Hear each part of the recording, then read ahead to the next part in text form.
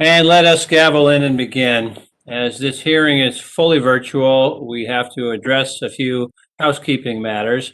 For today's meeting, the chair or staff designated by the chair may mute participants' microphones when they are not under recognition for the purposes of eliminating inadvertent background noise. Members are responsible for muting and unmuting themselves. If I notice you have not unmuted yourself, I will ask if you would like the staff to unmute you. If you indicate approval by nodding, staff will then go ahead and unmute your microphone. I remind all members and witnesses that the 5-minute clock still applies. If there is a technology issue, we will move to the next member until the issue is resolved, and you will retain the balance of your time. You will notice a clock on your screen that will show how much time is remaining. At 1 minute remaining, the clock will turn yellow. At 30 seconds, I will gently tap the gavel to remind that their time is almost expired. And when your time has expired, the clock will turn red, and I will begin to recognize the next member. In terms of the speaking order, we will begin with the chair and ranking member, then members present at the time the hearing is called to order will be recognized in order of seniority, and finally, members not present at the time the hearing is called to order. Finally, House rules require me to remind you that we have set up an email address to which members can send anything they wish to submit in writing at any of our hearings or markups. That email address has been provided in advance to your staff. And at this time, I will recognize myself for an opening statement. It is my pleasure to welcome everyone to today's hearing on the NASA budget request for fiscal year 2022. Our witness today is a man who needs no introduction to the space community, but I'm going to introduce him anyway. Administrator Bill Nelson has had a remarkable career of service to our nation. He has been a soldier, an astronaut, a member of the House, a senator from the state of Florida, and now the 14th Senate-confirmed administrator of NASA.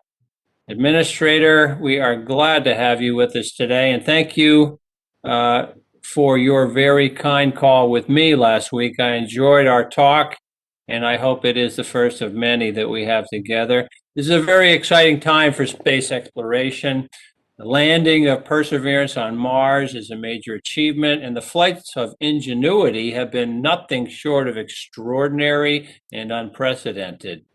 The men and women of NASA are to be congratulated for inspiring all of us with their work that is happening literally a world away. Now, because this is my first NASA hearing as chairman of this subcommittee, I want to start with a quick observation. A generation ago, it was said that, quote, politics stop at the water's edge, unquote. And whether that adage is still true or not today may be up for debate. But it is true that today our politics must stop at the atmosphere's edge. The importance and unifying nature of space is too great for us to get bogged down in petty party partisanship. In the coming years, America can create jobs and grow a truly innovative industry by fostering the commercial space economy. By some estimates, the commercial space economy could be a $1 trillion market by 2040, but only if we continue to invest in our workforce and the industrial base that will build the equipment for it and the infrastructure on which it stands. We have the potential to unlock so much knowledge about our own planet and the rest of the universe, but only if we invest in science and the scientists who will interpret the data that the new satellites will collect. And we have to foster our international space partnerships because growing our industry and maximizing the science only happen if the community of spacefaring nations has a set of rules to play by. The Artemis Accords are an important beginning, but we have to bring more nations into the system and we have to expand our science and exploration partnerships with those spacefaring allies. These opportunities and challenges compel us to work together to ensure that NASA has a strong financial foundation successfully to complete its many, many missions. And to that end, I believe the President's so-called skinny budget sets a good tone, proposing $24.7 billion for fiscal year 2022, an increase of more than 6% over the current level. Included in that request are several critically important priorities that deserve more attention and more resources. And most notably, I applaud the proposed increase in earth science research and the continued joint investment with the private sector that is critical to the future of America's economy and our space endeavors. The growing relationships between NASA and the private sector include companies that will deliver crew and materials to the International Space Station, those that are building and launching small satellites, and smaller partnerships through SBIR and STTR contracts. I'd like to see NASA continue to make greater use of SBIR and STTR, as well as the options for maturing contractors, such as the Mentor Protege program and tipping point partnerships, to create even more opportunities for small businesses to show what they can do for our nation's space program. We're going to need robust competition across the entire spectrum if we're both going to maximize economic gains and also ensure that the taxpayers are getting the best bang for their buck. Administrator Nelson, thank you for NASA's continued efforts to ensure that small manufacturers and other small businesses are able to contribute to the space economy. I know you share my commitment to ensuring that our American manufacturing base is strong and diverse enough to support the next generation of space exploration. I'm extremely grateful for NASA's upcoming discussion with the many small manufacturers in northeastern Pennsylvania. And let's get you up there to meet with them in person someday soon, and we can grab Hank's Hoagies, President Biden's favorite sandwich shop in Scranton, lunch while we're up there. NASA's mission is also about inspiring the next generation of scientists and entrepreneurs. As we explore new worlds, NASA excites the imagination of our kids and gets them interested in all facets of space science. And that work is especially important at a time when other countries are competing so vigorously with us in the STEM fields, and they are not playing for second place. I know all the members of this subcommittee understand NASA's role in our economic and our scientific future. But this is also a time of risk for NASA. The agency currently has 34 major missions, those with an expected budget of $250 million or more in formulation or already in implementation. And my understanding is that 34 major missions at once is the most in NASA's history. So, Administrator Nelson, it is going to take some aggressive leadership to manage risk across the NASA enterprise and keep these many worthy initiatives on schedule and to ensure NASA's crewed space flight missions are as safe as possible. Now, that's a big job, but I know that you and the men and women of NASA are up to it. And I want to work with you to make sure that we give you the tools in fiscal year 2022 CJS Appropriations Bill to keep NASA moving forward. I know that testifying remotely and without a full budget before us is not the easiest thing. So we do appreciate the administrator being here with us today, especially as it is your first hearing as a confirmed administrator. So welcome to the subcommittee and congratulations again on your confirmation in the Senate. And with that, I'd like to recognize our distinguished ranking member, Mr. Adderholt, for his opening statement. Mr. Adderholt. Thank you, Mr. Chairman, for yielding, and I greatly appreciate you holding this important hearing today on the FY 2022 budget request for NASA.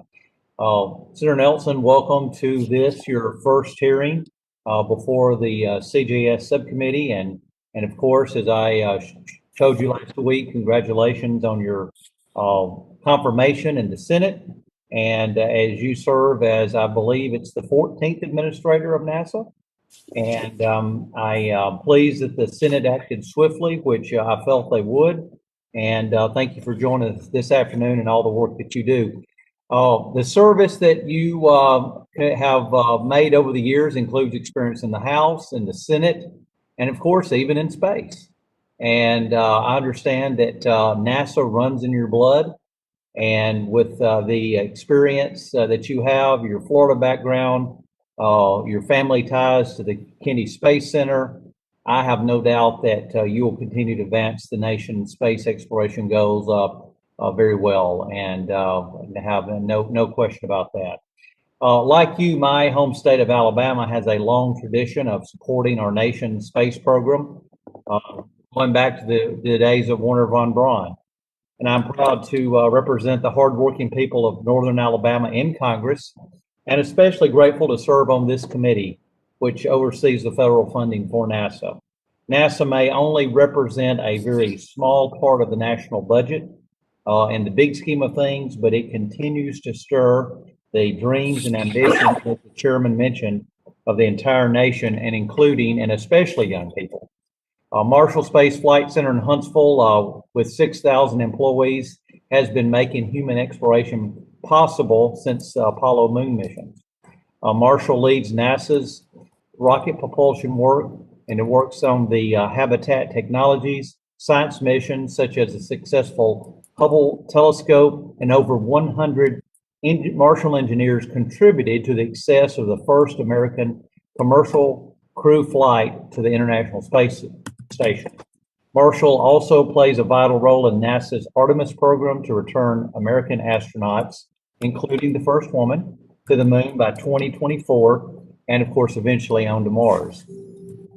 I always hope for peaceful relations with all of our nation, with all the countries around the world. But China's internal policies, as well as aggressive stance in the Pacific, mean that now more than ever, NASA's programs are not only science-related and a stimulus to entrepreneurship, but also critical to national security. And I'll get into that a little bit later. Meanwhile, my name wouldn't be Robert Adderholt if I didn't mention SLS, the Space Launch System. Efficiencies of 40% or more have been achieved just from the first rocket core to the second. This rocket, especially the Block 1B version, will carry several times even the capacity of our planned commercial rockets. And it is crucial to the safe transportation of the Orion spacecraft. But I believe that our space goals also require the planning of cargo-only SLS flights to carry critical systems and supplies to the moon, and of course, eventually on to Mars. China's program and our human landing system, as well as other Artemis elements such as SLS and Orion, eventually merge as a package of concerns. China's dramatic progress with Moon and Mars robotic elements, plus their space station elements, means that we cannot lose focus or momentum on developing our own programs. The SLS program was hampered its first 3 years by the administration's budget requests, which were hundreds of millions of dollars below the recommended figures in the NASA authorization bill back in 2010. Currently, the human landing system is a big challenge, as you and I have discussed on the phone just as recently as last week. Before your arrival, the decision was made not to use FAR contract, which would have allowed audits as well as U.S. government ownership of systems and data. Given the fact that a broad agency agreement or announcement contract is being used, we have to find a way to balance the national security needs and the business stimulus aspects of such a contract. With China's progress and the lack of U.S. government ownership of the lander, it is unacceptable for the fate of the U.S. access to cislunar space to be in the hands of only one company. I will have to admit that I have concerns about the process and how it was used to make a single award. It's my understanding that the team of hundreds of NASA engineers who had the task of interacting with 3 lander teams from May 2020 to April 2021 were not a part of the evaluation process that was carried out by the Source Selection Board. Normally, that would be a substantial component of the evaluation. So no question, and I think you agree, this is troubling. So I hear about the need for funding, but the other side of the coin is that Congress needs to be presented with a process that ensures U.S. government access to data, which creates confidence in the American people. I'll ask more about that later as we get into questions, and I'm sure a lot of my colleagues will have questions about HLS. Senator Nelson, I was pleased to hear that NASA is conducting an internal review of the Artemis program to fully understand the budget needs of each program element, and the request includes an increase of $325 million for Artemis. I hope that increase includes support for all of the Artemis program elements, and that would include the SLS exploration upper stage. EUS has reached critical design review. And with respect to national security, there is no time to be distracted with ideas about alternatives. We need to finish it and finish it promptly. I'm also interested in discussing how the $325 million increase for space technology supports the nuclear thermal propulsion technologies and the design and the in-space demonstration. We have been at the research level for a long time. NASA needs to commit to a demonstration. I look forward to hearing about how the FY22 request supports science missions and advances aeronautics. I want to work with you, as I know every member of this committee, subcommittee does, to ensure that we are truly supporting competition instead of drifting to the point of issuing a disproportionate number of sole source contracts. And we can talk about that more when we get into questions, but I hope we can meet in person soon. I appreciate you joining us here to discuss the goals for NASA and how the FY22 request supports your agency's goals.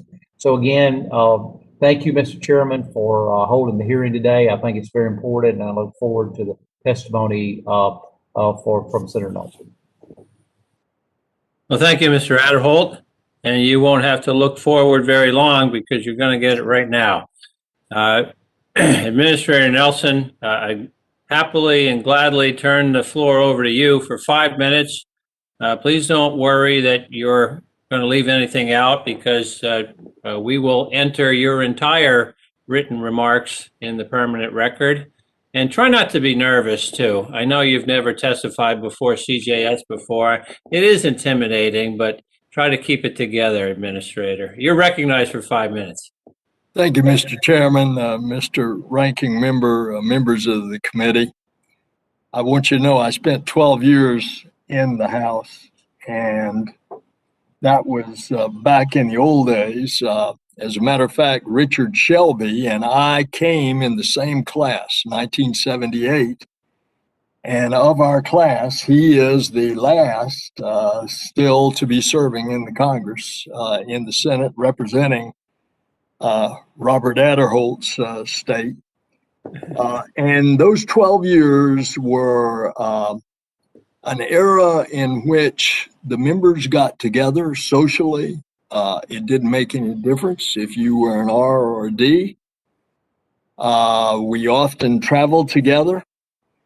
We went to each other's districts. We went to each other's Little League baseball games for our children. And it's some of the most pleasant times that my wife Grace and I have had. So it's an honor for me to come back and join you all these years later. And let me say, as I testify to you, that I think I understand your position. You have an extremely important role as a separate branch of government to hold the executive branch of government to account I served in that role and on the committees involving this particular subject for 30 years in the federal government, in the U.S. Congress. So I will try to be sensitive to answer in detail in the way that you would want to have a member of the executive branch to respond. Let me just say that this is an exciting time for NASA. We are having a lot of things happen just in this next year.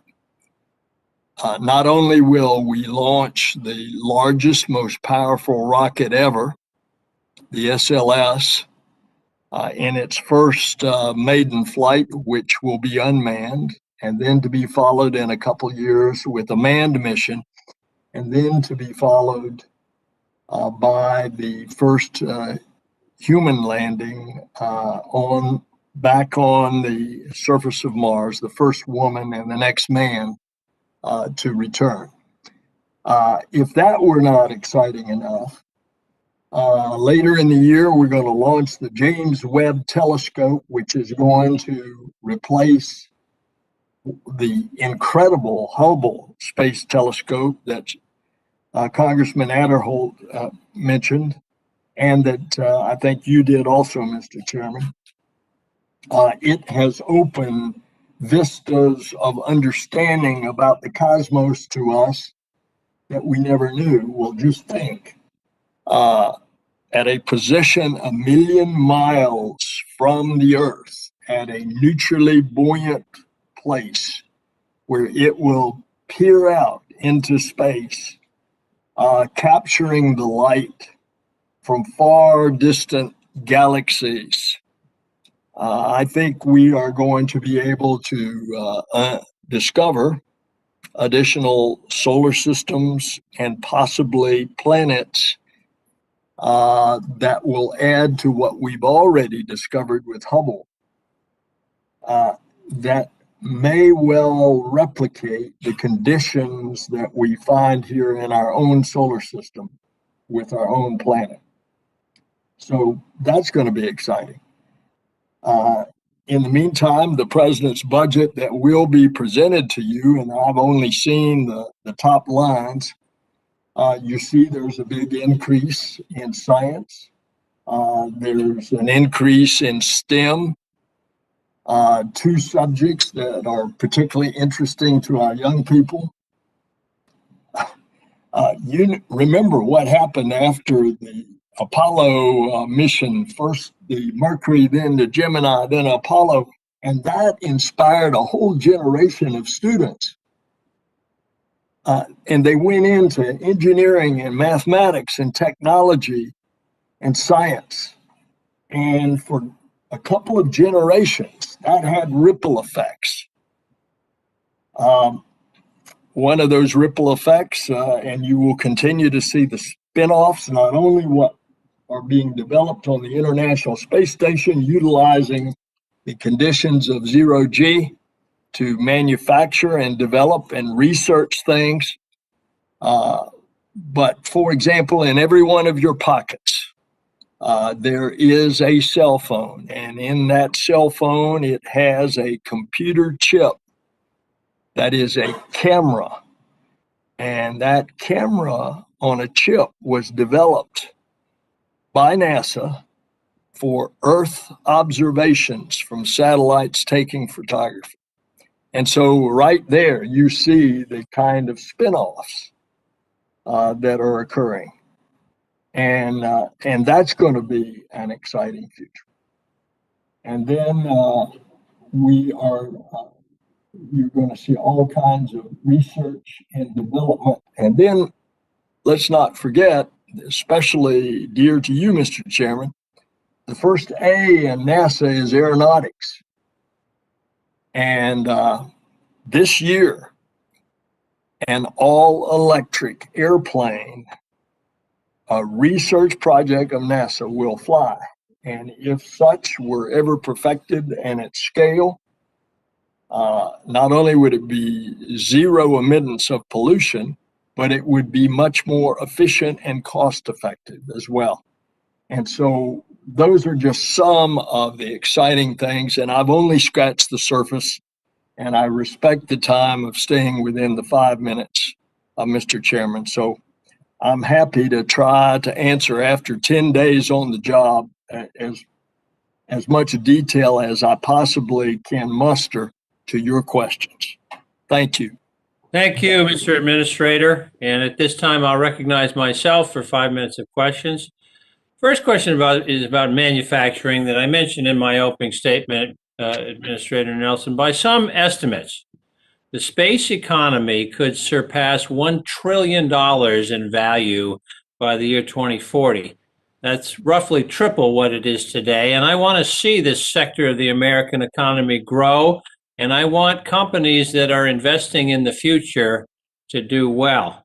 Now, I'm pleased that in large part, this is because of the sensitive nature of the work.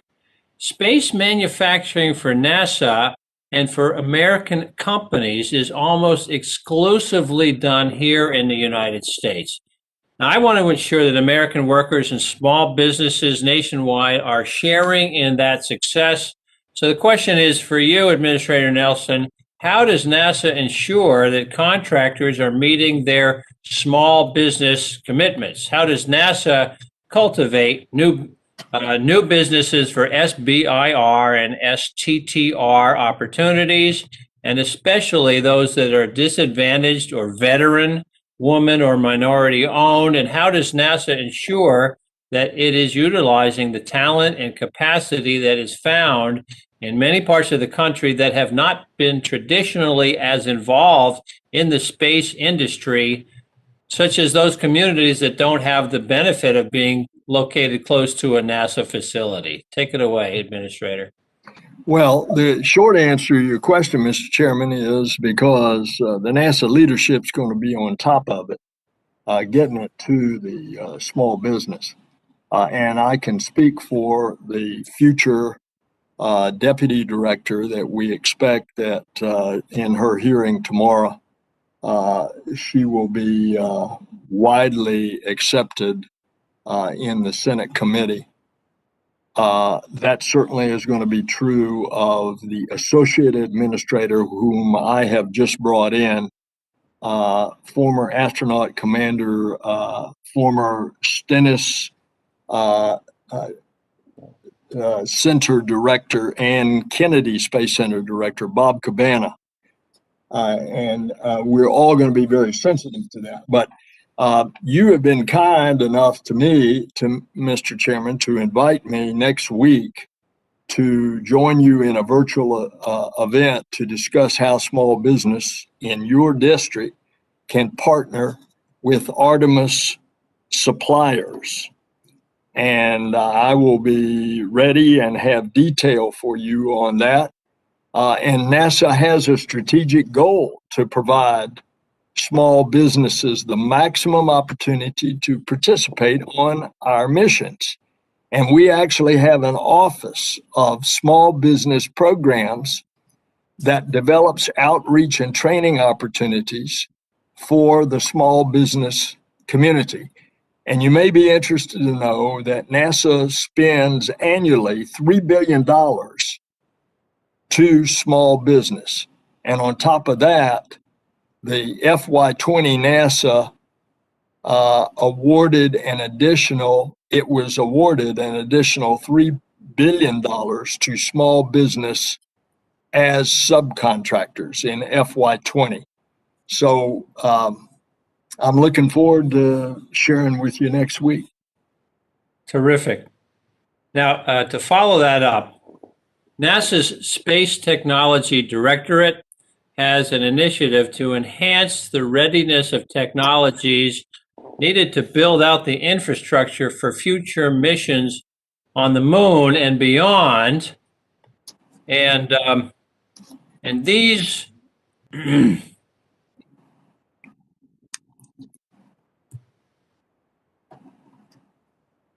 these are called tipping point solicitations. I'm sure you've heard that term. They were worth $370 million last year. And while some went to the predictably largest space companies, these kinds of contracts seem to have potential to help mature some of NASA's small business partners, as well as deepen relationship with more established contractors. Does NASA plan to issue a new round of these so-called tipping point solicitations in FY22? And what funding or direction is needed from Congress to ensure the success of that program? Tipping Point is an investment in a demonstration that's going to significantly mature the technology and increase the likelihood of infusion into a commercial space application. And the short answer to your question is yes, Mr. Chairman, depending on how much you all appropriate for it. The technology development part of NASA is planning to release this solicitation later this year. Very good. Well, I thank you for that, Administrator Nelson. And with that, I would like to yield to the ranking member, Robert Adderholt, for 5 minutes of questions. Mr. Chairman, I have not voted on this vote yet. I will go ahead and defer to the next, my next in line on the Republican side, and then you can come back to me. So I'm going to slip out for a minute and go vote. That would be Mr. Palazzo. Mr. Palazzo, if you're on, you are recognized for 5 minutes of questions.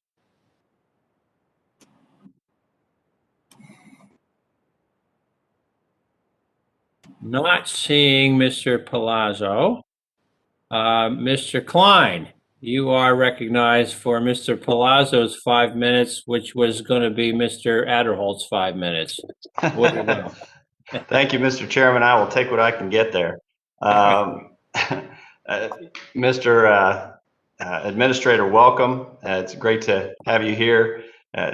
I am jealous of you for your position. You have an amazing job, and it's must be thrilling every day to work in this field. Outer space is our final frontier, and the U.S. is leading the charge deep into space to explore, learn, and discover more about our vast universe than ever before. It's vital that we're ensuring the good management of taxpayer resources so America maintains its edge as we continue to pioneer and innovate to meet our goals of establishing a presence on the moon again, on Mars, and beyond. Let me ask you, nuclear thermal propulsion is a critical technology required for future human exploration, and recently the National Academies of Sciences, Engineering, and Medicine released a report entitled Space Nuclear Propulsion for Human Mars Exploration. The report concluded that as an aggressive program could develop an NTP system capable of executing a human mission to Mars in 2039. As you may know, Congress has been funding nuclear thermal propulsion since 2017. However, NASA has only spent a fraction of those funds on the development of an NTP system. Would you commit today to the continued development of nuclear thermal propulsion and direct appropriated NTP funding be used for a demonstration of the technologies which is required under the FY21 NASA Appropriations Act? Not only yes, but I'm going to ask you all to be a partner in all of this because, and I want to be so bold as to suggest that a good opportunity to do this is in the jobs bill that is coming along, because the nuclear thermal propulsion that you're talking about is the Moon to Mars program, and to Mars in the decade of the 30s. And we have to develop this propulsion technology as well as nuclear fission technology once we're on the surface of Mars to generate the power that we need there. And there is a suggestion that has already been given to the Congress since we have been solicited about what we should do in the jobs bill for $585 million that would not only have extraordinary R&D benefits, but ultimately producing, because of the development of new technology, new things that produce new jobs. Great. As you know, Langley Research Center in Virginia is the home of some of NASA's most important aeronautics R&D programs that have been developing and testing innovative new aircraft structures, advanced composites, and propulsion technologies. Last year, Congress included direction in both the House and Senate NASA authorization bills, as well as in the FY21 omnibus, to move forward on a new national subsonic X-plane flight demonstrator to demonstrate the technologies developed by Langley and industry partners in flight. Can you share the latest on this subsonic X-plane program and Langley's role in this and associated subsonic technology projects?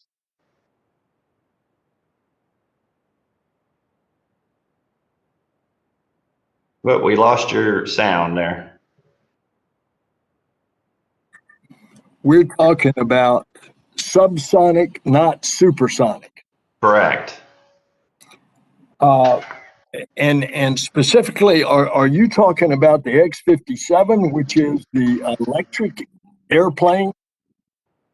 No, it's the subsonic X-plane flight demonstrator to demonstrate the technologies developed by Langley and by industry partners. Okay, I think what you are getting at is the supersonic, which is the X-59. That is going to first go in 2022. As a matter of fact, I just asked if there was any way that I could get in it and fly along with the pilot. And what it's going to do eventually, now this will be a smaller scale model, but what this is going to do, we could go to Hong Kong, we could go to Sydney, Australia, all these long trips in less than half the time. And the idea is to develop you remember the French and the European Concorde. Well, the problem with that was that it emitted such a sonic boom that it disrupted people's lives, not only when it went from subsonic to supersonic, but then when it was coming from supersonic down to subsonic, and that big bang that often you associated with the space shuttle coming home. Well, what NASA's doing is developing this X-59 where it will be a very small sonic boom so that you would not have to fly it subsonic over land and people and population, but you could get right on up to cruise in a supersonic method. And that's the research that's going on the X-59. Thank you, Mr. Chairman. I yield back, and I know that if there's a chance for the administrator to be on a test flight, he's going to be on it. Hey, since you're down there in the Norfolk, Newport News area, one of the members of Congress when I was in the House, one of the dear friends, is former Congressman and former Senator Paul Tribble.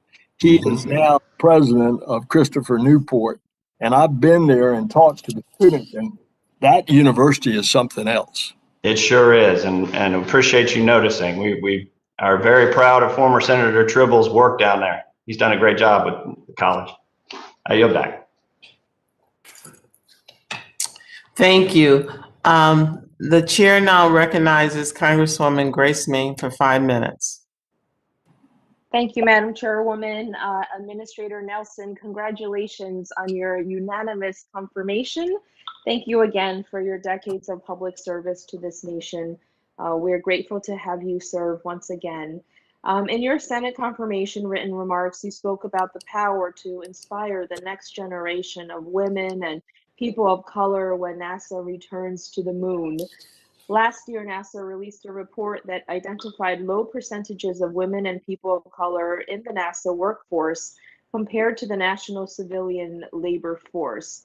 This fact is also true across the entire aerospace industry.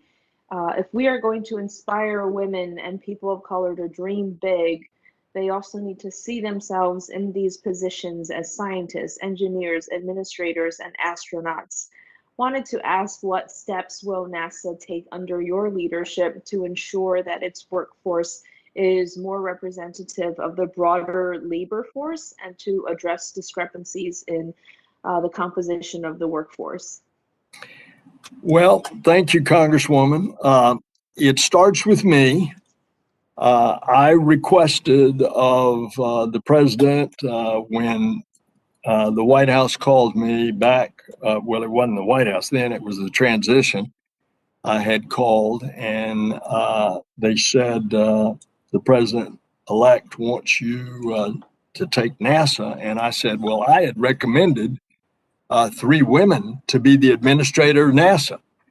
And I will do it if you will consider nominating a person like one of the 3. And the president did exactly that.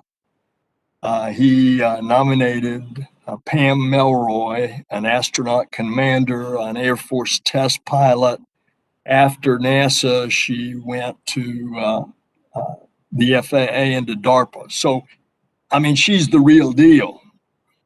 That's the first example. The second example is that Pam and I together then recommended to the White House that the 3rd Senate confirmed position in NASA, and there are only 3, the chief financial officer, be a woman who was then had been at Department of Energy and then to Department of Defense. And her parents had fled the communists in Vietnam, fled in a fishing boat. And that's how they got to freedom. So Margaret Vo Schaus, if the Senate confirms, she will be our 3rd ranking person in NASA. And then as you go through the ranks, I think you will see most of our positions are, of course, career positions because they're scientists and so forth. But NASA has been making a good faith effort to bring in women and minorities. And that is clearly the direction from the president. And I think you will see in the process that you will see the diversity of women and minorities. And if you want to look close to home, look at my Senate office. When I was last in the Senate, we had 63% of our Senate staff were women, and we had 43% of our Senate staff were diversity. So I hope that'll give you an indication. I can give you more details if you want, but that should give you an indication of where we're going. Appreciate it. And Mr. Administrator, I know I'm out of time, but I just wanted to put a plug in for NASA's Office of STEM Engagement. Was really refreshing to see President Biden's skinny budget, including a $20 million increase for this office that is really critical to engaging the next generation of scientists and engineers. And please let us know if there are any resources from Congress that we can provide to ensure that the pipeline of STEM students remains strong and growing. I yield back, Mr. Chairman.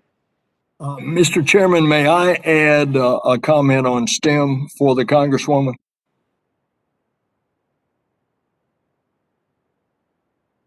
Mr. Chairman?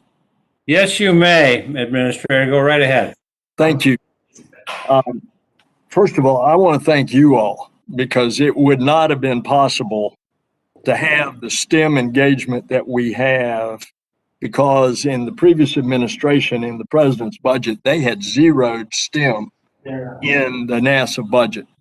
And you all in the House and the Senate restored it. And I thank you for that. And in almost everybody's district, you have a STEM grant to one of your colleges or universities. It is extensive, it's important, it is the future generations. And what I want to see is I want to see those young minds ignite with just fired up with imagination about science and technology and engineering and mathematics. And often you can do that through the success of the space program. And so that's what we're going to try to do. Thank you again for your part. Very good. At this time, the chair recognizes Mr. Garcia for 5 minutes of questions. Thank you, Mr. Chairman and Administrator Nelson. This is a special treat for me as a former naval aviator and now legislator. I envy you of your position and thank you for your service, not only in the Army and in Congress, but where you are now and obviously with the prior space experience. I appreciate the sentiment of unity in pursuit of progress and security that you alluded to at the beginning. I think that's important. And looking forward to serving with you on this journey, especially during this transitional phase. I come from California's 25th congressional district, which is home to Plant 42 in Palmdale, Lancaster, Antelope Valley. We have Edwards Air Force Base right in our backyard. So X-57, X-59 are actually being built in my district. We have JPL just outside of our district to the south, Boeing, Raytheon, SpaceX. Pretty much every major defense and aerospace and space provider within a 50-mile radius. So a lot of employees, a lot of revenue, and a lot of interest and equity, frankly, in our NASA program. So I really appreciate this opportunity. I want to just touch on, I think, what Mr. Adderholt was alluding to at the beginning, and this is true in all transitional phases, especially with major programs that start with B, in terms of billions of dollars. As we pivot to new leadership at the national level, can you just talk to how you personally and how NASA is ensuring that we are looking long for lineup, that we're looking for consistency and maintaining visions and missions that are consistent with what industry and NASA has been planning to over the last, call it 4 to 6 years, and how are we imparting sort of a consistency in acquisition strategies to make sure that we're not disincentivizing or dissuading some of these key prime partners from participating in competitions. And we're all fully aware of the protests going on. I don't want to necessarily talk about that directly here, but it does raise some concerns about changes in the acquisition strategies and making sure that it is a transparent and clear playing field and not one that's, either changing the way we buy things or the way we value things in competitions. But more importantly, I think that the macro question is, how are we maintaining that long-term vision and mission, the mission to the moon, the mission to Mars, and maintaining a consistency on programs that in some cases have 20-year trajectories? Well, it started 11 years ago when Kay Bailey Hutchinson and I wrote the bill that set NASA on a dual track. One was the commercial track, and the other was to get NASA out of low Earth orbit and go explore the cosmos. Now, you have very accurately pointed to the need for competition. You have my commitment on competition, but this is where you all become extremely important partners in this whole competition, because if we are going to the surface of the moon with humans, it is going to cost some money. And one of the things that NASA was facing before my time and that decision was made was that they had asked for that human landing system in this current fiscal year 3.4 billion and only had 850 million appropriated, and they just simply didn't have enough to keep going forward more than one lander. But there's going to be plenty of opportunity. Now, assuming that the bid protest is not successful. If the bid protest is successful, and of course we're in the blackout period until about August the 1st, then what you have is if it's successful, then everything starts over and you do the competition. If it is not successful, then according to NASA law and as NASA's policies and procedures and the federal acquisitions regulations of the United States government, what's been done is done. So your competition goes forward. And that forward is all the additional landings, because this first competition was only as a demonstrator to show that you can land and bring humans safely back home. There are many additional landings that are planned for on the moon. And may I suggest to you that you, the folks, as a partner, you've got an opportunity to put over about $5 billion in the jobs bill. We've already communicated this to your committee staff. Specifically, we named about 5.4 billion on the human landing system, and that would be, at the end of the day, producing jobs because of what you and the others have already outlined. And in addition, 200 million could go in the jobs bill for the Artemis suits that we've got to continue to develop. That's the EVA suits, the extra vehicle activity suits. And then, as I mentioned to your colleague in a former conversation today, about 585 million on the moon to Mars propulsion, the thermal nuclear propulsion. And so there's a good opportunity right in the jobs bill. Now, while I'm on the jobs bill, may I also say part of the jobs bill is infrastructure. Well, look at the NASA facilities in your state, Congressman Garcia. Absolutely. There's aging infrastructure that is dilapidated at Ames and at Armstrong, and for that matter, at JPL. JPL, of course, is the Cinderella center right now because of these fantastic accomplishments. But look in Congressman Adderholt's area. They've got an administration building that they're going to have to tear down. Look in the congressman from Mississippi, Stennis Space Center, and look right down at Michoud in New Orleans, which is tied up with the Marshall Space Center. They've got holes in the roof where they're putting together the core of the SLS.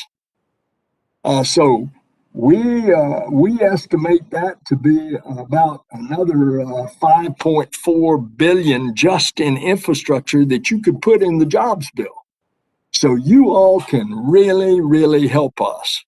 And when Congressman Adderholt, if he's not back, I want to say again to him what I just said to you about Marshall and the one down in New Orleans, Michoud, because this would really, really help. And that's a place where you can do it, and it can be done and appropriated this year, even though it would be appropriations over the next 5 years. Sure. Well, thank you, Mr. Nelson. I'm out of time. Looking forward to partnering with you on these very topics and programs. I yield back, sir. Thank you, Mr. Garcia. Wow, are you ever out of time? But we're not docking you. We know it was a witness, No, you got to dock me, Mr. Chairman. I'm responsible for that. Yeah, it was, I heard that the voluble nature of our witness only happened because he went to the Senate. He didn't talk quite as much when he was a member of our people's house. But Well, thank you. it's true. Thank you, It's Mr. true Administrator. that senators don't know how to shut up. I agree. At this point, the chair recognizes Mr. Case for 5 minutes of questioning. Thank you, Mr. Chair, Administrator. Good to see you. Aloha. I think you were infected by the speaker's minute, by the way, over in the House. I don't think it was the Senate. So the first thing I want to do is just a comment. I know that my colleague, Ms. Meng, was inquiring of you as to STEM education and particularly NASA's efforts to facilitate minority representation within your ranks, which I very, very much endorse. I also want to thank you because we are the benefit of some of NASA's STEM education and particularly your Minority University Research and Education Program, Europe, which is an avenue for many of our underserved and underrepresented communities to go into the sciences generally and to go into NASA particularly. And I can give you some examples of that in my own backyard where that's been very successful. So I would simply comment to you that I hope that as you refine your budget, that you give great attention to your STEM and Europe programs, which are invaluable, I think, not only to your workforce, but to your public image, which is always something you want to maintain the broad community's support. So I give you that. I accept your invitation to Mr. Garcia to delve into NASA's activities in my own district, which of course is Hawaii. And in Hawaii, your activities are world-class telescopes on world-class locations in Mauna Kea, Mauna Loa, Haleakala, that host the world's leading telescopes from all around the world, including, I think you've got somewhere in the range of, I want to say 5 telescopes that are NASA connected one way or the other. Either you have an ownership interest or you have cooperative agreements. These primarily focus in the planetary science and astrophysics area, where I don't think that you have actually refined your budget in those areas. So I think the first thing I would ask you is just straight out, I mean, is there any cause for concern there where somehow you're contemplating a reduction in those budgets? I certainly hope you recognize the value of those telescopes to NASA's mission overall and would continue your support. No, sir, you don't have any concern. As a matter of fact, in the skinny budget that has been released without the details, they did release the details from the White House that the science budget is going way up. If on the top of my head, I remember it's going up by $300 million. And by the way, Congressman, I've been to the island of Hawaii and I've been up to the top of both of those mountains. One of them, you've got the environmental experimentation. And on the other one, which is a little higher, and we had to use oxygen to get to the top of it, you've got all those space telescopes.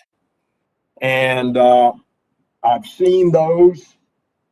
The 3 to which you refer, I think they have a brilliant future. And I think the insignificant increase recommended by the president in his budget is an indicative of support for the science budget. Okay, well, I really appreciate that. Those are world-class. The atmospheric one you're referring to is the NOAA Mauna Loa Observatory, which this subcommittee also has jurisdiction over. So I appreciate that you're aware of that world-class observatory, and that interacts particularly with NASA's efforts on climate change, because the world-leading research on climate change actually is occurring at Mauna Loa. Let me go back to Mauna Kea for a second. That's the higher one where you needed to use the oxygen to get up to the top of. There have been the summit of Mauna Kea is state land that is operated at the summit on a lease to the University of Hawaii.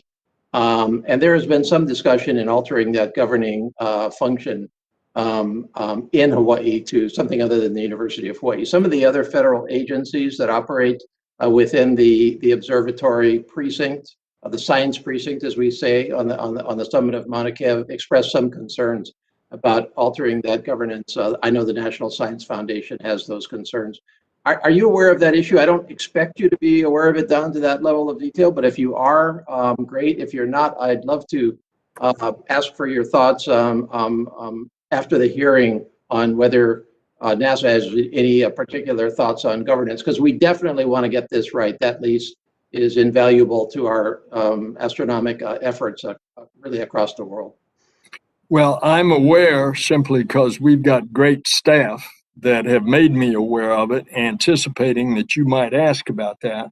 And we do not expect a change in Mauna Kea management organization to have a material impact on NASA's role in the Keck observatories. Okay. NASA provides the funding directly to the Keck management organization, which is at the University of Hawaii.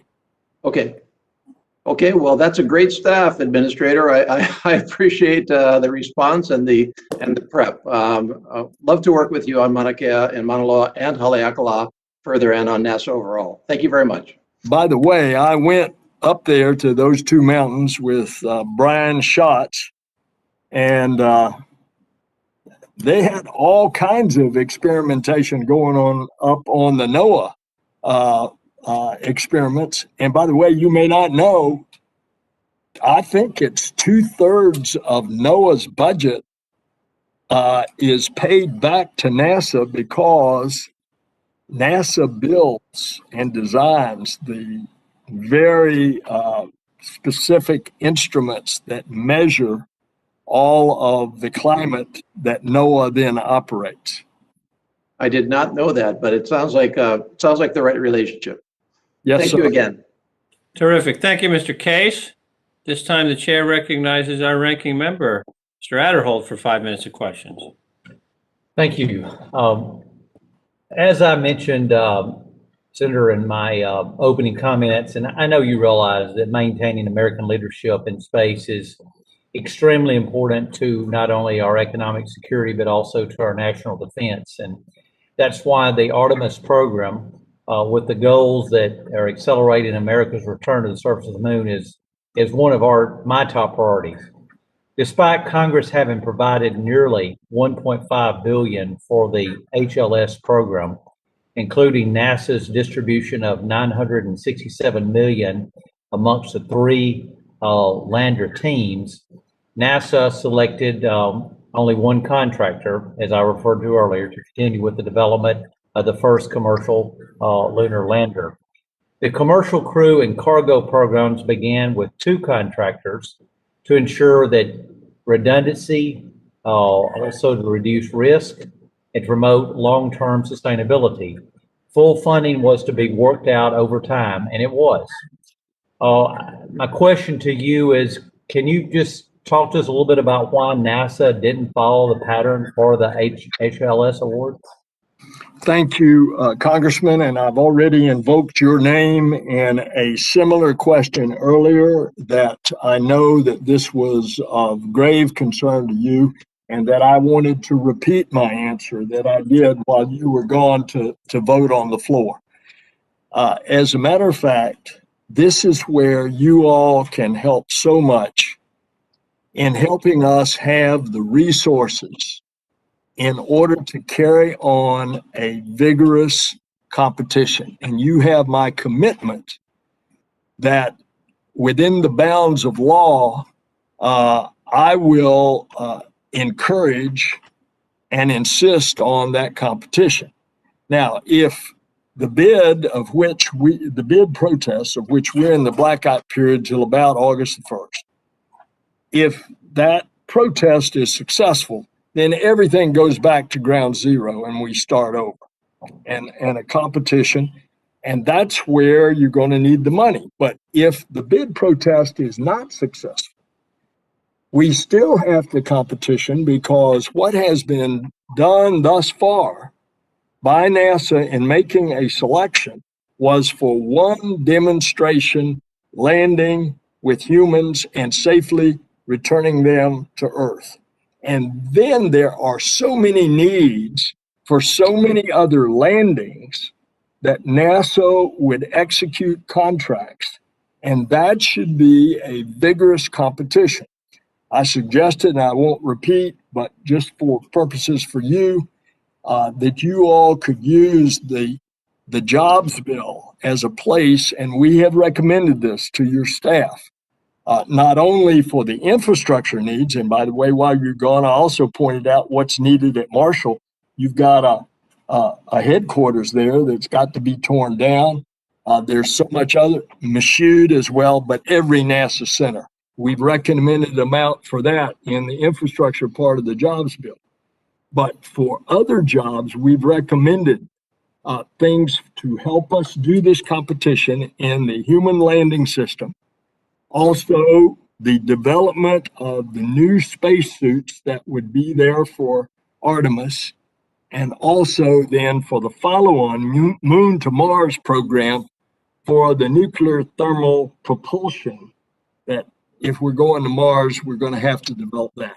All of those figures are within the bosom of your committee staff and the Senate committee staff as well.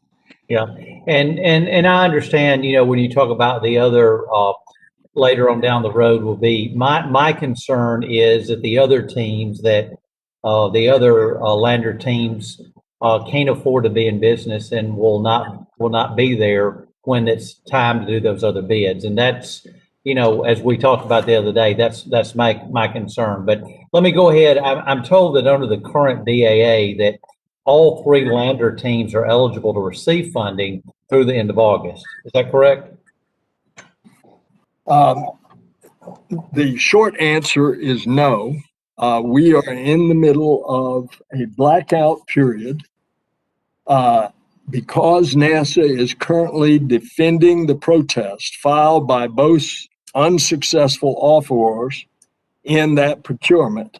NASA is legally prohibited from engaging with any of the HLS contractors on additional development work that would have been accomplished under the initial competition. Well, what amount of FY21 HLS funds have been obligated as opposed to simply committed?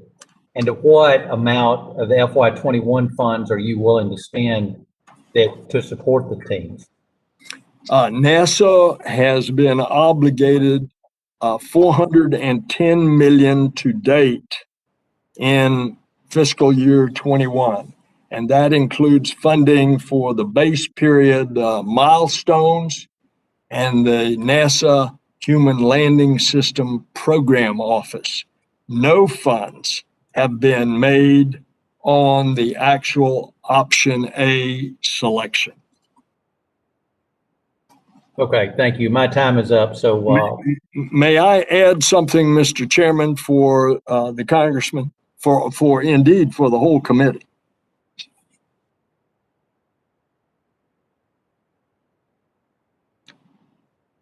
Mr. Chairman, may I take the provision and the affirmation of the chair to additionally go over the 5 minutes by adding some information for not only Congressman Adderholt, but the whole committee? I think he must have stepped away for a vote. So as long as he's not here, you probably got the floor. All right, Mr. Acting Chairman, should I say? I want you to see this photograph. I hope that's coming through on the computer here. This is the Chinese rover that has now landed on Mars and has sent back this picture last night. Now, the Chinese Space Agency, the Chinese government is the only second nation to successfully land on Mars. They are getting ready and have already publicly announced that they want to send 3 big landers to the South Pole of the moon. And that's where the water is. And we are still a year or two away from a much smaller lander going there. What I'm now getting to is, what about landing humans on Mars, and why this is important to the subject matter that we just discussed about Artemis. This is what has been in public reports, that the Chinese government and the space program officials from China are studying the possibility of conducting a flyby and a lunar lander in the decade of the 2020s. I think that's now adding a new element as to whether or not we want to get serious and get a lot of activity going in landing humans back on the surface of the moon. Thank you for letting me add that. Thank you.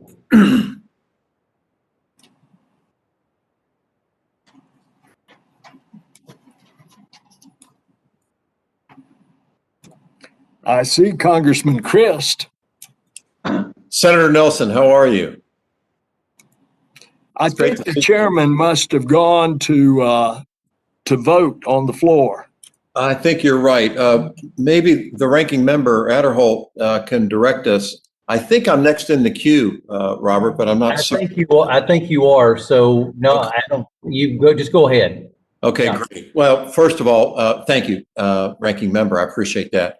I am extraordinarily honored to have the opportunity to see my friend, Senator Bill Nelson, particularly in this role that is so appropriate to you, sir. And congratulations on your confirmation as NASA Administrator. No surprise to any of us at all. And certainly something that is so well deserved of a man of your stature and your career. I understand that you're maybe limited in how much you can say about the current status of the human lander system. But I firmly believe that the competition is critical to the success of NASA's missions. And Senator, you may have already touched on this while I was away doing some voting. Forgive me if that's the case. Can you discuss how you envision maintaining competition for the human lunar lander?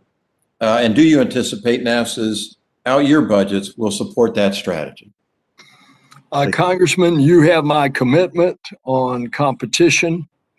We are in the blackout period on the bid protest. Once that's decided, whichever way it goes, we're going to have the competition going. But we can't do it, and my commitment doesn't mean anything without you all as partners, because of the funding requests that I have laid out and suggested that you could do quickly when you all consider the jobs bill. Not only that, but also under the infrastructure provision of that bill, the dilapidated and deteriorating infrastructure that we find in all of our centers and NASA facilities can be addressed in this bill.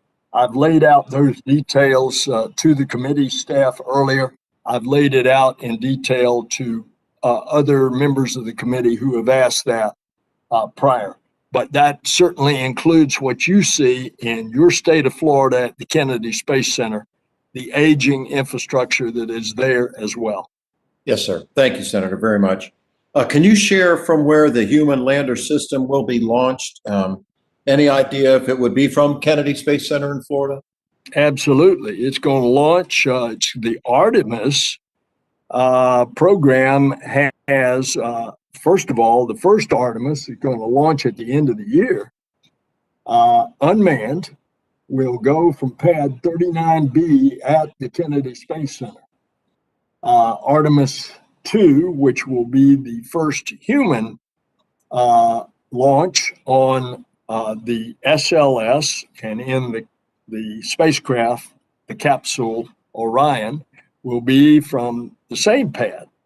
Artemis 3, which is going to be the first demonstration landing under the scenario that was awarded to SpaceX. And remember, that's in a blackout period now, but the SLS with the crew will launch from pad 39B. It will rendezvous in lunar orbit, what they call cislunar orbit, and the crew will transfer into a lander, and that will go down to the surface, bring the crew back up, hitch up with Orion for the ride on the way home. So the answer is yes, going from Kennedy. Depending on the successful bidder on this or future use contracts of delivering crew to the surface of the moon, there may be different architectures of how you transfer the crew in cislunar orbit, but in fact, they will ride on Orion on top of the largest, most powerful rocket ever, the SLS, the Space Launch System, which will launch from Kennedy. Wonderful. Thank you very much. As you know, the Space Launch System arrived at the Kennedy Space Center last month, restoring the Cape to its historic role as the only place in the world to be capable of launching astronauts into deep space. With the Space Launch System and Orion, soon beginning regular launch operations from the Cape, as you just suggested, what additional upgrades are being done at Kennedy to support these missions or need to be done? Well, very fortunately, because we've had a Kennedy Space Center director, Bob Cabana, who has been very visionary. He has basically remade Kennedy as a spaceport and coordinated with the Air Force, now the Space Force at Cape Canaveral,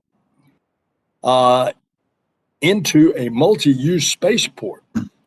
And so a lot of those upgrades are being made as we speak. Give you an example.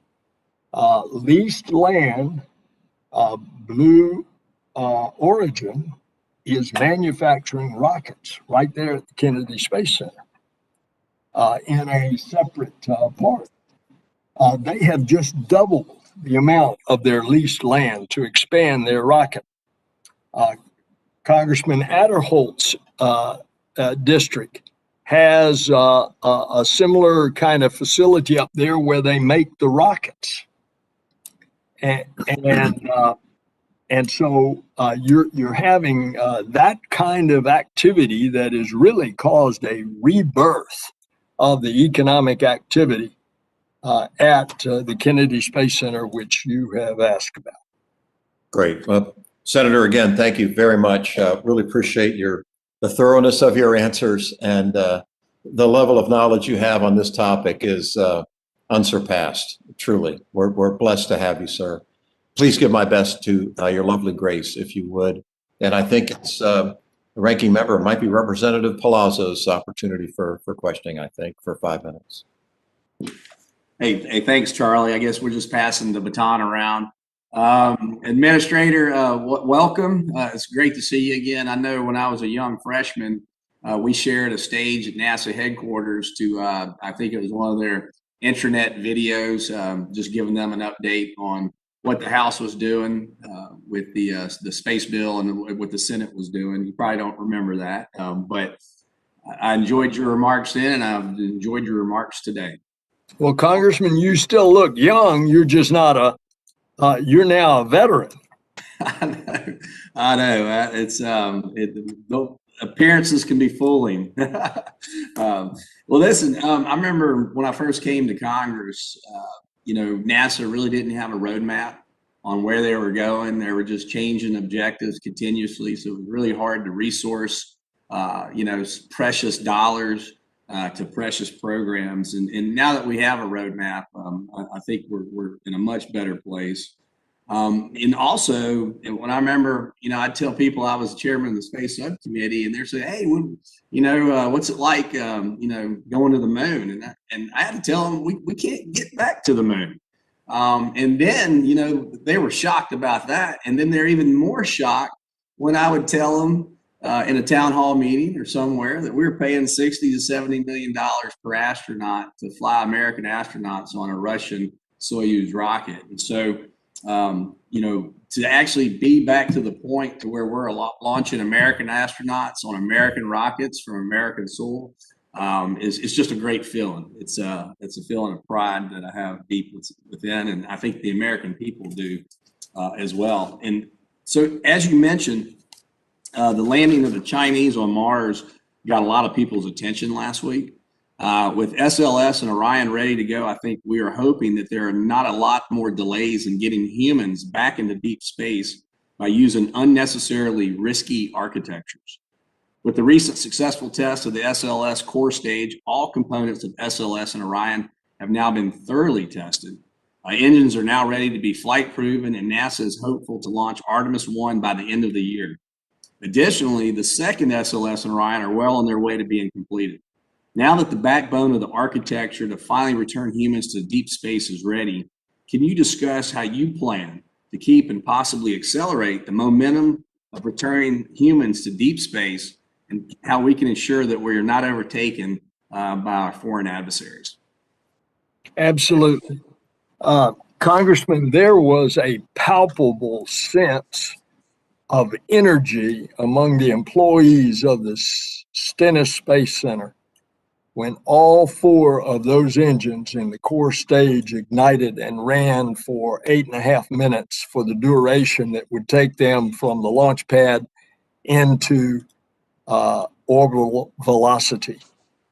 So too, Bob Cabana tells me that when that core stage barge arrived at the Kennedy Space Center, having been shipped from Stennis in Mississippi, that the employees just raced out there to see it, cheering. And it is, as we speak, being stacked vertically in the vehicle assembly building.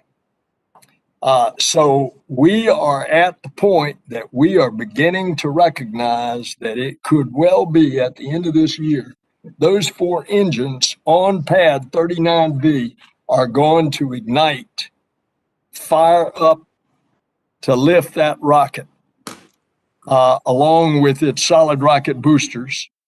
And we're going to see the dawn of the new era of deep space exploration, which will take us back to the moon, with the first woman and on the first flight, the next man.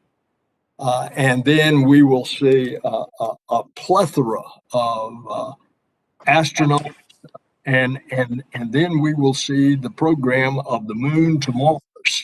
Yes, and sir. That is starting. And we've described all of that. Now, I have described in detail several times.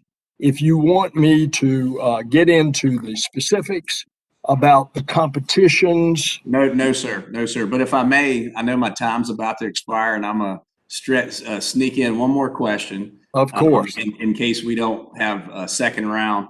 But, as you know, with the successful completion of the SLS core stage green run in March, which was the largest rocket stage in history ever tested for a full duration test on actual flight hardware, the SLS core stage is now fully certified for launch operations and ongoing production, which we've talked about. The next major developmental milestone for Stennis and the SLS program will be the green run of the exploration upper stage, which will boost SLS performance to the moon by nearly 50%.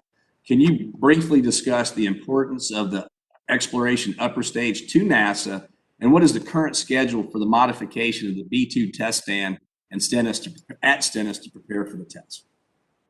Okay, If I can interject, Administrator Nelson, we are going to have a second round, so you don't have to give them the full answer right now. Go ahead. well, I'm happy to stay within whatever time constraints you prefer, Mr. Chairman. Yeah, give him 60 seconds now, and he can follow up later. Okay, well, the first three missions will not have the exploration upper stage. That goes when we have the much heavier loads that we've got to have that. And that's part of this budget that you will be receiving, and another opportunity in the jobs bill to put some of those monies in there to get that, what you described, the EUS, exploration upper stage, get it up and running. And so I'll stop the answer there and go into more detail later. Well, thank you, sir. I yield back. Thank you, Mr. Palazzo. At this time, the chair recognizes Mr. Trone. I see Mr. Trone, if he's ready. There you go. 5 minutes to you, Mr. Trone. Yes, sir. Your timing's perfect. Thank you. Administrator Nelson, thanks so much for joining us today. Congratulations on your confirmation. Maryland, proud home of the Goddard Space Flight Center, as well as significant aerospace workforce. NASA supports 35,000 jobs and billions in economic output in our state. So we're delighted to have you here today. As you know, with COVID, NASA's had unprecedented challenges in supply chain disruptions, the availability, materials, instruments. The recent Inspector General report on the impact of COVID estimated $47 million cost to the supply chain fiscal 20 and 21. So what impacts to local contractors have you seen from these project schedule delays, and how is NASA working to build supply chain resiliency? You're right. Maryland has considerable critical space centers and infrastructure, Goddard and the Applied Physics Laboratory. So kudos to all of your employees and what they produce for our nation's space program. Specifically, your question on the supply chain threat. It was only 4 days after the president was inaugurated that he issued an executive order which establishes a policy for the U.S. needing resilient, diverse, and secure supply chains to ensure our national security and our economic health. It also called for a 100-day supply chain review of risk.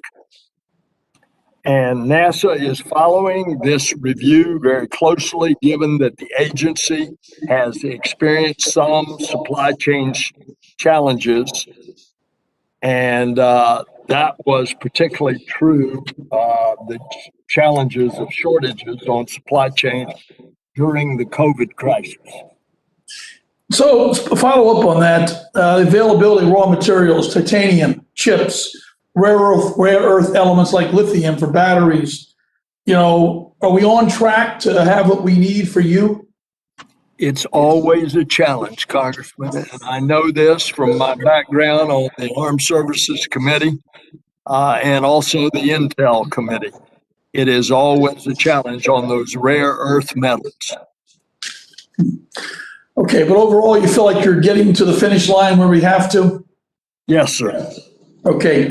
OSAM technology is critical, developing sustainable, space architectures to bring us closer to a space economy, a reality. So OSAM 1's preparing for a calendar year 2025 launch. Administrator, can you share how NASA will prioritize funding to keep this program, on track? For those who may not understand the acronym, what this is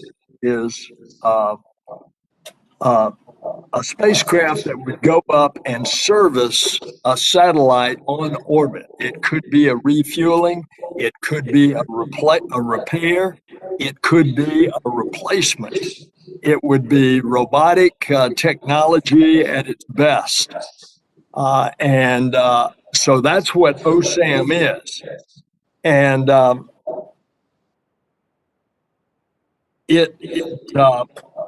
well, the first one that we're doing, it will refuel one on orbit, followed by the assembly and the manufacturing demonstration. It's included in the 22 budget. It's making excellent technical progress. They're going through something called the Mission Critical Design Review, and that's scheduled for later this year. And then they're hoping for a flight demonstration in 2025.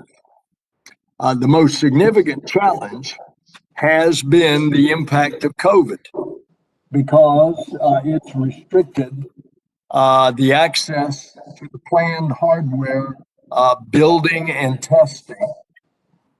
But the access to the laboratories is now improving.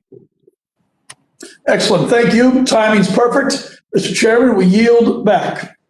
Thank you, Mr. Trone. At this time, the chair recognizes the vice chair of the entire House Committee on Appropriations, Representative Brenda Lawrence, for 5 minutes. Thank you, Mr. Chair. Thank you for having this hearing today. I want to commend the Biden administration for recognizing the significance of funding for NASA's STEM education initiatives.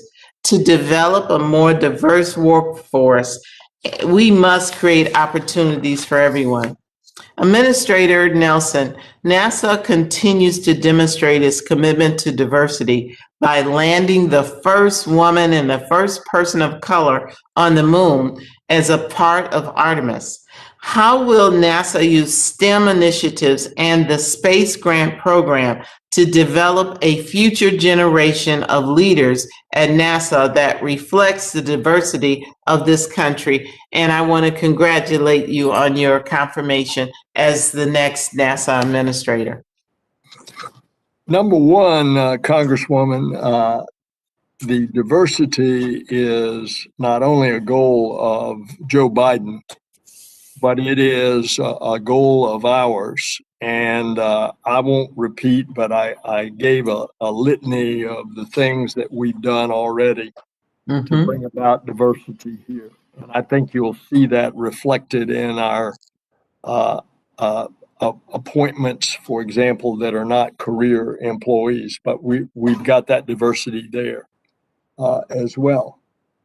But I think the greater answer to your question about the future of STEM, and you being from Michigan, that's important. And you get NASA STEM grants to your university. Yes. In your state. But the greatest way to answer your question is look at history.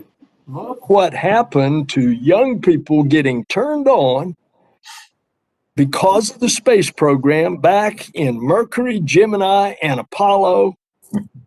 For a couple of generations, look at the engineers and the mathematicians and the technologists and the scientists that came out of that. And then as we unlock these mysteries of the universe with the telescopes, what the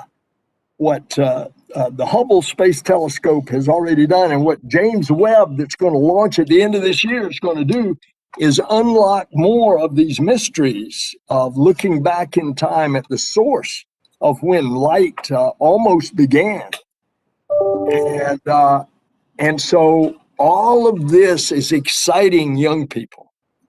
And as you probably know, you walk into a room with kids, and if they're kind of bored, you start talking about space, and their little eyes light up, and you suddenly get them engaged. Interestingly, that history that I just recounted 60% of people alive today were not alive to see Apollo land on the moon. And so imagine going forward how we can inspire with the first woman and the first person of color when we land back on the moon. I'm the co-chair of the Women's Caucus and second vice president of the Black Caucus. And I saw the first all-female team. They invited me to go and watch it live at I forget the name of the place here in DC. And that was so fascinating. But I want you to know that when we put women on the moon, we will bring back some real perspectives when we see the moon out of the eyes of a woman. But I want you to know that we have an high school academy just on NASA, and it's predominantly all African American children, and we do use the grant. It is making a difference, and I want you as administrator to please stay focused on that, because it's kind of sad that after all these years, we're finally getting a woman, in the place of being able, and a person of color, to be able to walk on the moon. I just want to say thank you for that, and I want to be at that launch, so we will talk about that. Excellent. Excellent. Are you back? Thank you, Vice Chair Lawrence. Administrator Nelson, we're going to begin a second round of questioning. I do not anticipate it will be as long as the first round, but I'm offering you a comfort break if you want to break for 5 minutes before we'll go forward. I'm ready to go, Mr. Chairman. All right. In that case, I will recognize myself for a further round of 5 minutes. You touched a little bit on the research going into electrically propelled aeronautics, and I appreciate that. But I want to talk about alternative fuels. We have hard estimates that by 2050, there will be 10 billion passengers flying every year in airplanes with a distance of 12.4 trillion miles.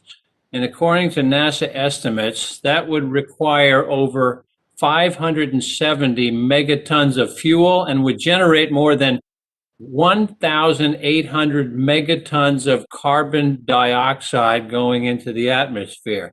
Can you talk a bit more about NASA's role in testing of alternative fuels and how you will work with the many other agencies who play a role in alternative fuel development? The FAA, the Department of Energy, Department of Defense, the agriculture departments all have a role. And that means it's very important to have a whole of government approach so that we really make the best use of our taxpayers' dollars. Go ahead, Mr. Administrator. Yes, sir. Not only is NASA doing the all-electric airplane, which would be revolutionary because there would be no emissions, but NASA is working on these alternative fuels as well.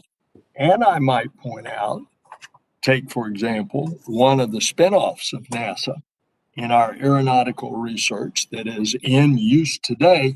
When you're on a commercial airliner, look out the wing and you'll see that the end of the wing tips up. That was a NASA design and development. And what it does, it makes that airplane more fuel efficient.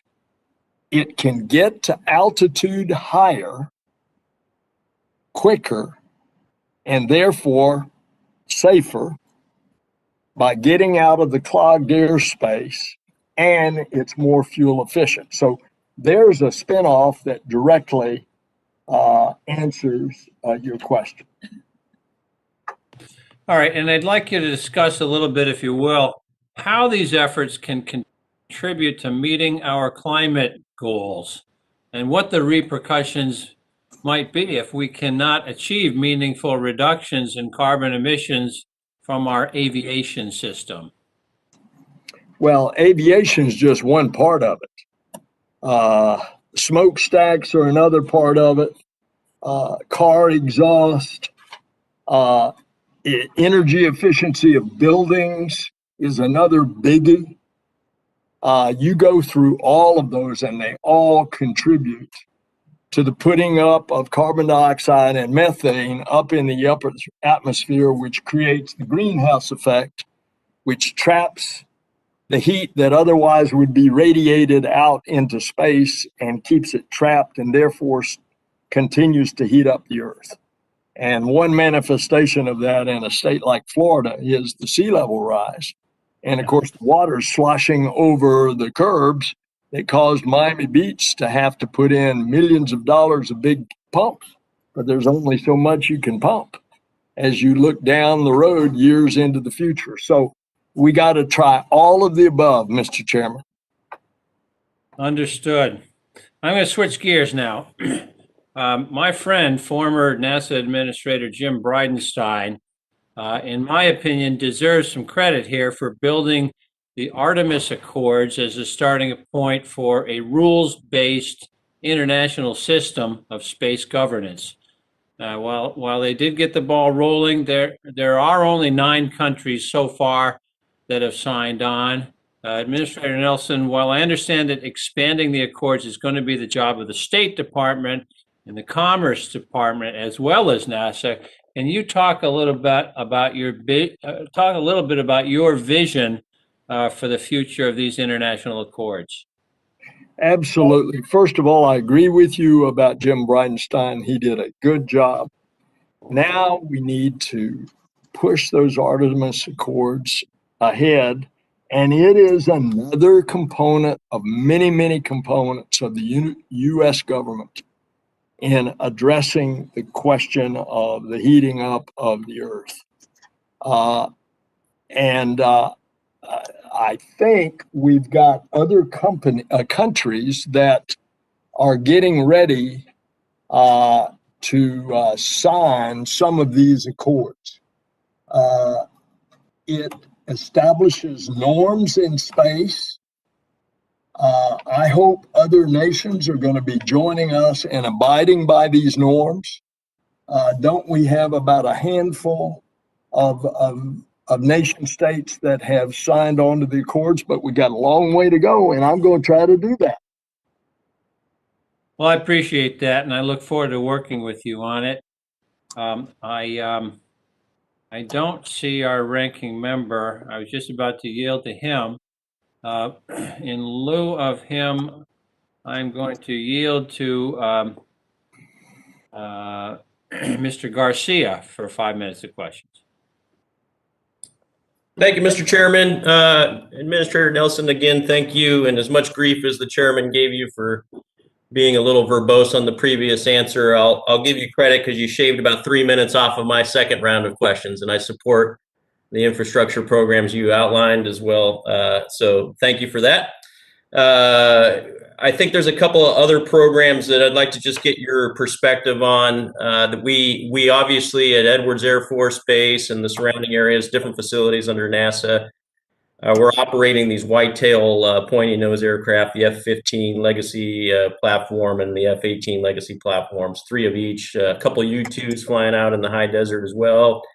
I'm concerned about the obsolescence challenge that these airframes have from a sensor perspective, but also, frankly, a fatigue life and flight time safety perspective as well. I think we've heard from some of our constituents in our district that they actually are afraid of the safety component of some of these legacy Eagles and Hornets that they're flying. I'm hopeful that we can figure out a path forward to recapitalize or at least modernize, either with life extension modifications or better yet, replacing those with the production line aircraft coming out of St. Louis, F-15EX, F-18EF, or whatever solution NASA deems feasible. But can you just discuss from an airframe perspective the recapitalization? That's question one. And then We also are the home of SOFIA, which is the 747 Stratospheric Observation Infrared Astronomy Program. This is sort of an annual contender for funding.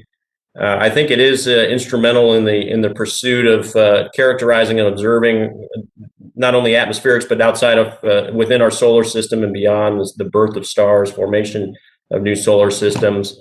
But just wanted to kind of hear your perspective on those two major issues there. With regard to airframe life, I would ask you to refer to the Department of Defense, specifically on that. NASA Aeronautics confers with all branches of government on where our NASA research is applicable. And if there is a specific application on airframe life, then I will find that out and pass it on to you that NASA is sharing with DOD and other agencies of government. Now, Okay. with regard to the flying stratosphere, you mentioned that is, I think you said infrared. It is a complement to so much of the other instruments we had. We were talking with the congressperson from Hawaii. What is it in the budget? I simply don't know yet because the budget has not come out yet. But we will convey that to you Okay. with regard to the stratosphere.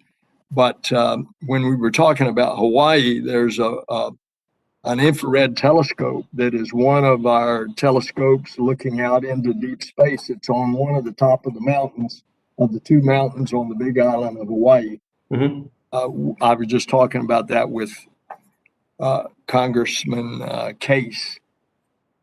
So we'll get back to you on any detail once the budget comes out.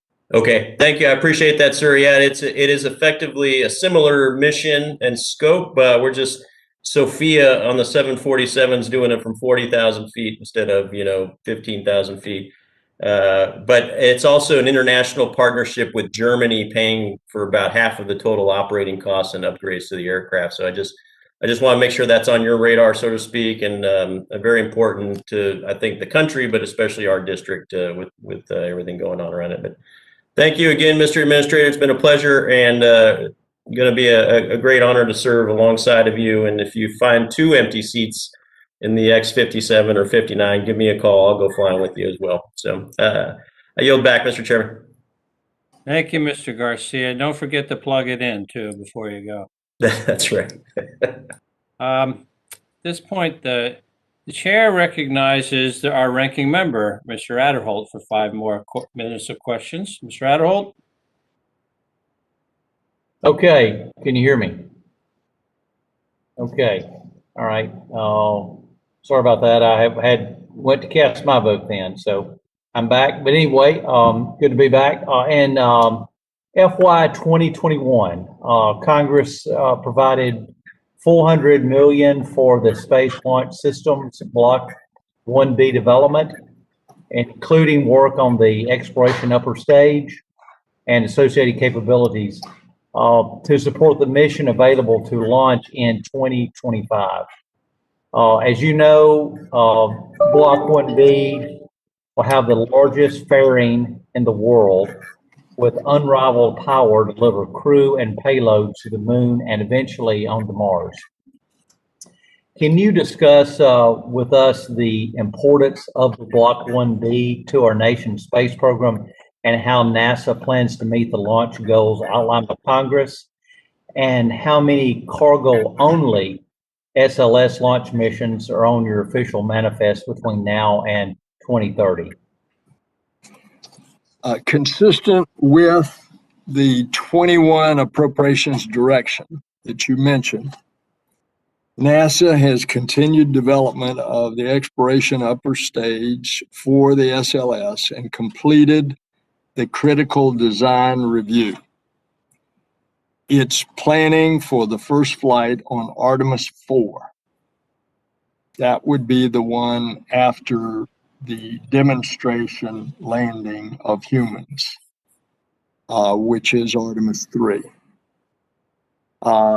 Obviously, I don't have the budget request because the president hadn't put it out. But a little birdie told me that he thinks you'll be happy with the budget request. Okay. Oh, is it possible that could get the committee a list of the proposed SLS cargo only missions over the next few weeks? Yes, sir. Once the budget's out, we'll scramble up and get those to you. Okay. All right, let's say I got about 2.5 minutes left. Let me just jump over. I recently suggested to Joel Raymond of the U.S. Space Force that NASA and the Air Force could benefit from more closely tracking the development funds each agency invests in commercial launches. In fact, when one agency ignores the funds invested in a company by the other agency, I think the criteria for making awards through competition gets really skewed. Do you have any thoughts on this? Can you speak to this with General Raymond to establish a way to track investments and to make sure that the information is publicly available?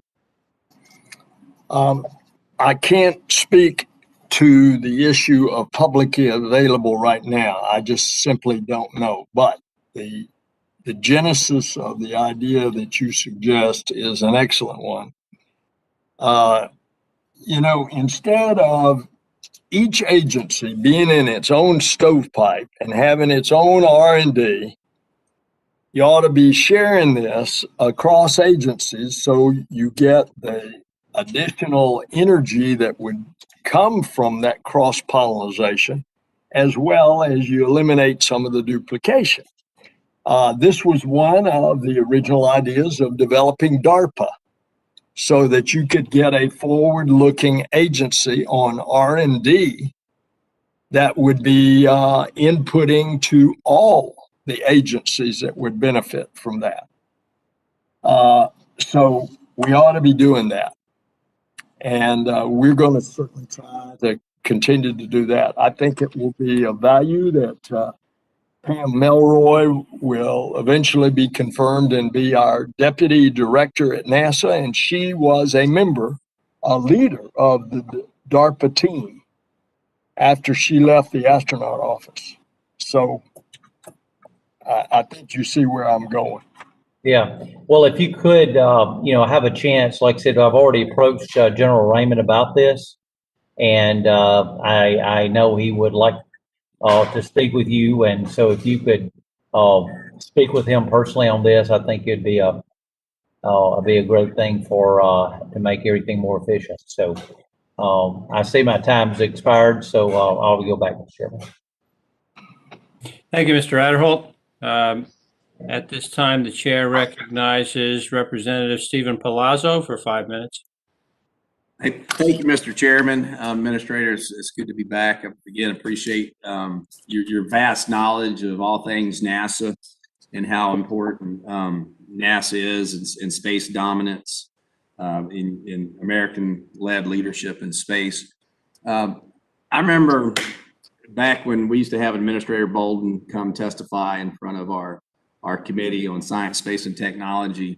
I want to say at the time there was something in the paper about an incident of where a researcher, it may have been at Ames, I don't want to throw any names out there, but it was a research facility going on where a guy got on a plane and was heading back to mainland China with a laptop with a lot of proprietary data. And I know the administrator then committed to the committee to foster a serious attitude about security breaches and protecting, the America's assets, which is our research and technology. And now I'm just reading, like on June 18th, NASA released an audit report that revealed multiple data breaches that occurred over the past 10 years at JPL. And, the hackers were able to not only access the IT, well, actually, they stole information about our mission to Mars. The hackers also accessed the IT network of NASA's Deep Space Network, which communicates between satellite dishes and active spacecraft. The hackers went undetected for almost a year.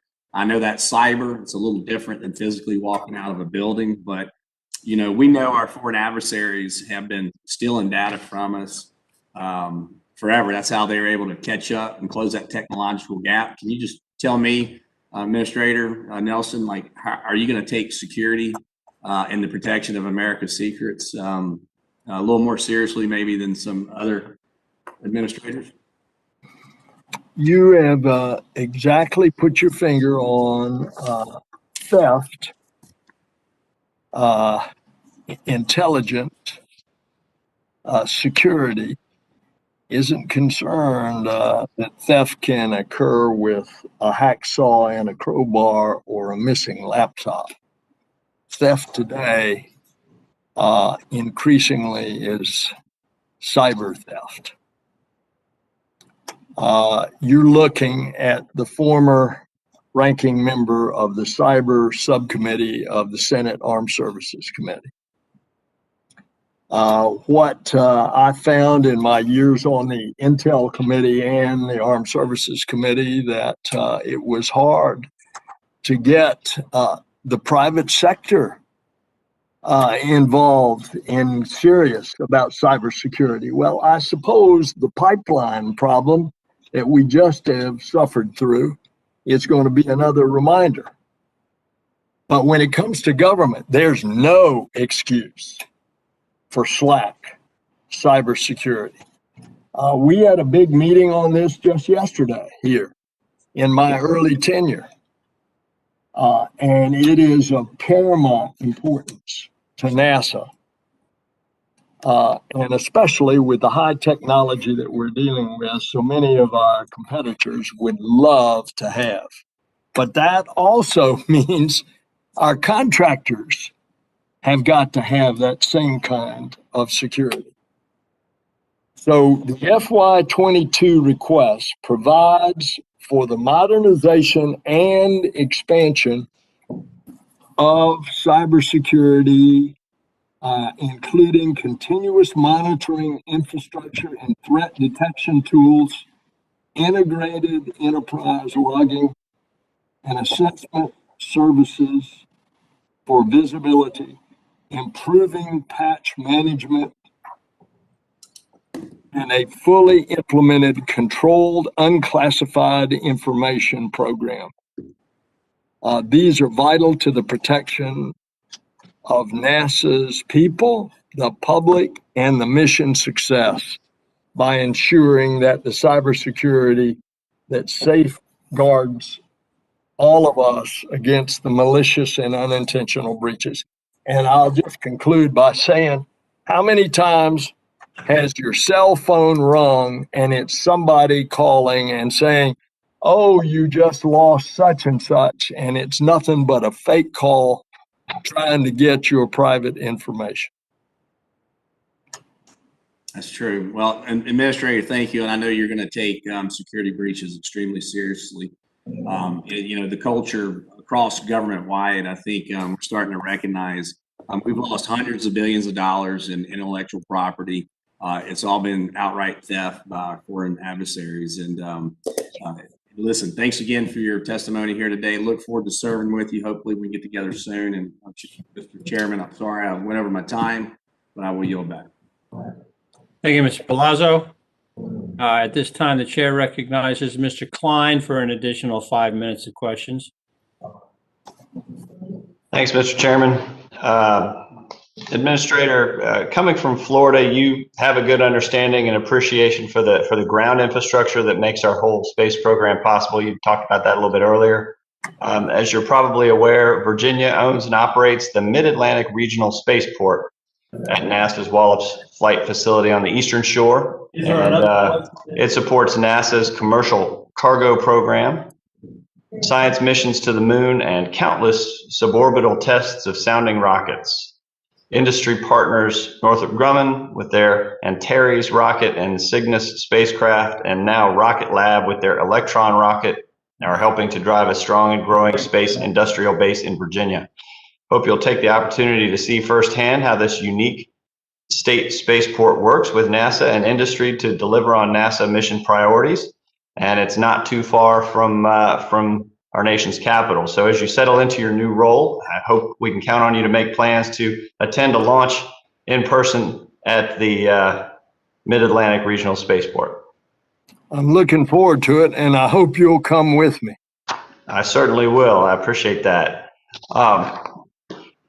The Artemis program to return American astronauts to the surface of the moon is very exciting, as you discussed. And with China becoming increasingly ambitious in its own efforts in space, it's more important than any time since the Cold War that America demonstrate to the world our preeminence in space exploration. Can you elaborate a little bit on why you believe NASA's Human Landing System award to SpaceX and your follow-on efforts for commercial delivery services to the moon present the best architecture to fulfill this important endeavor and stay ahead of China? If you can see that, Yep. that's the lander on Mars. That photograph was sent last night by China. Beautiful. They are the second nation. Now, we've been there since the mid-1970s. However, they have demonstrated the sophisticated technology to go millions and millions of miles and successfully land and transmit back to Earth. So too, they're getting ready to have much larger spacecraft, a series of 3, land on the south pole of the moon. Why? That's where resources are, but that's also where water is. If you can find water, and there's water there, you can make fuel. We have a lander much smaller that's going in a couple of years to the South Pole. What I'm saying is we're suddenly realizing that we don't own all of this. And it is a very aggressive competitor. And I read to the committee earlier, this needs to be taken note of by the committee. This is in public reports that the Chinese government and the Chinese space program officials are studying the possibility of conducting a flyby and lunar landing in the decade of the 2020s. Now, that's published reports. In other words, they're going to be landing humans on the moon. That should tell us something about our need to get off our duff and get our human landing system program going vigorously. And NASA can't do it alone. You all are our partners. And I've suggested earlier in conversation with the committee that a good place to start that is not only the 22 budget, but also you've got the jobs bill coming along. And in the bosom of your committee, we have made specific recommendations as what is tied to jobs and infrastructure with regard to the human landing system. And you believe that the award to SpaceX is the best way to fulfill this endeavor and stay ahead of China? Well, that is done only to be in a blackout period because there's a protest of the bid, and around the 1st of August, we will find out what the GAO decides about the bid. If the bid is overturned, if the protest is honored, then there'll be a whole new competition. You go back to the start. If the bid is not overturned, then what has been awarded is just a one-time demonstration landing of humans and return them safely. And there are so many other landings that need to be competed. And we want a vigorous competition, but we've got to have the money in order to be able to do that. And we've suggested ways in this jobs bill that you can do that. Well, I appreciate that, and I appreciate your commitment to staying ahead of China. It is critical that we do that, and we need to treat them as the adversary that they are. So I appreciate that. I yield back, Mr. Chairman. Thank you, Mr. Klein. And Mr. Administrator, we have many more landings to do, and if I have anything to say about it, we will have many more hearings with you as our guest. We have really appreciated your candor, the wealth of your knowledge and experience, and we all look forward very much to working with you as our new NASA Administrator. Congratulations, and thank you for your testimony today. With that, this hearing is hereby adjourned.